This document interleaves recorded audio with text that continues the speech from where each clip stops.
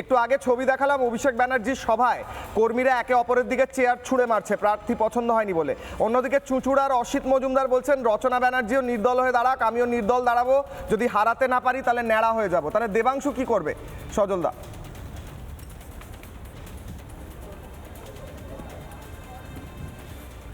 দেখুন, প্রথম কথা, ওদের দলের বিষয়ে আমার খুব একটা বলার মতন ইচ্ছে মানসিকতা নেই। হ্যাঁ, যে লোকটা বলছিল সে লোকটাও একটা মানে ব্র্যান্ডেড ফালতু লোক আর কি, এক কথায় বলতে গেলে।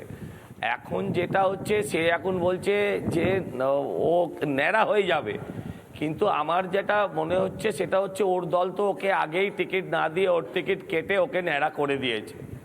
তো আমার যেটা বলার বক্তব্য হচ্ছে, ওনার যদি এত দম থাকে, হ্যাঁ, যে উনি নির্দল দাঁড়াবেন, রচনা বন্দ্যোপাধ্যায় নির্দল দাঁড়াবেন, তাহলে যদি আপনার সত্যিই ক্ষমতা থাকে, আপনি যদি ওই মানে সর্বস্ব না হন, তাহলে আপনি নির্দল দাঁড়িয়ে যান।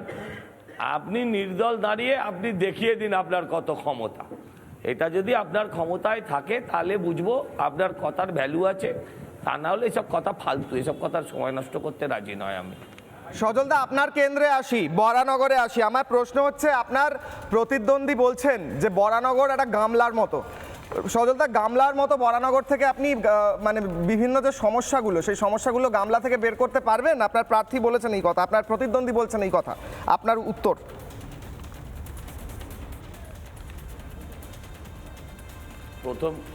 প্রথম কথা হচ্ছে, আমি বলতে পারবো না বরানগরটা গামলা কিনা, কারণ আমি এটা মনে করি না। এই কথাটা বলে বরানগরবাসীকে অসম্মানই করা হয়।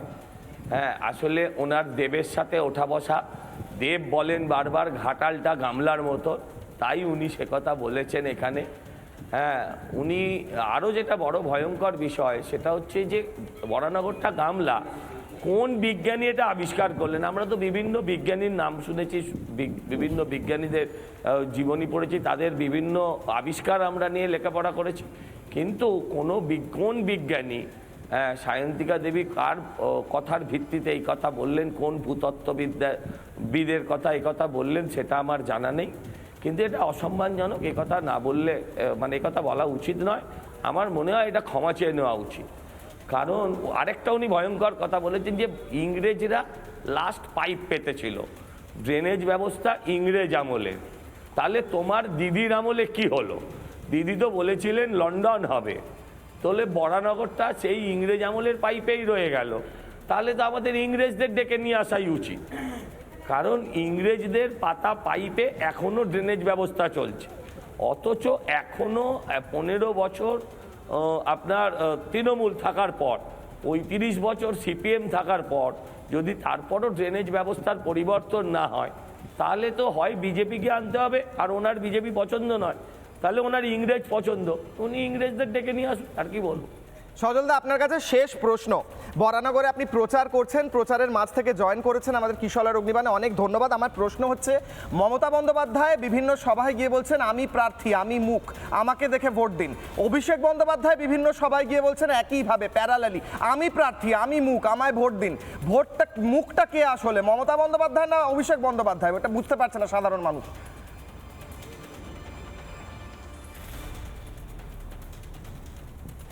এটা সাধারণ মানুষ কেন, ব্যানার্জি পরিবারেও অনেকে বুঝতে পারছেন।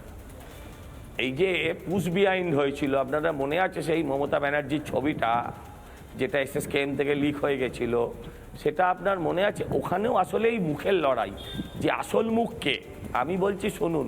যিনি বলছেন 294টাই কেন্দ্রে আমাকে দেখে ভোট দিন, আমার মুখ দেখে ভোট দিন, তার আসল মুখটা নন্দীগ্রামেও পুড়েছিল, এবারে ভবানীপুরেও পুড়বে। আর অভিষেক ব্যানার্জি বললে পরেই একটা বালি চোর, কয়লা চোর, গরু চোর, এদের কথা মনে পড়ে। রাজনৈতিক মুখ হিসেবে তাকে কখনোই মনে হয়। অনেক ধন্যবাদ সজলদা। সজল ঘোষ ছিলেন বিজেপি প্রার্থী বরানগরের, অনেক ধন্যবাদ। নানা ধরনের কন্টেন্ট দেখার জন্য লাইক করুন, শেয়ার করুন আমাদের ফেসবুক পেজ, সাবস্ক্রাইব করুন আমাদের ইউটিউব চ্যানেল। পাশাপাশি অন্যান্য ব্রেকিং নিউজের জন্য অবশ্যই চোখ রাখুন রিপাবলিক বাংলায়।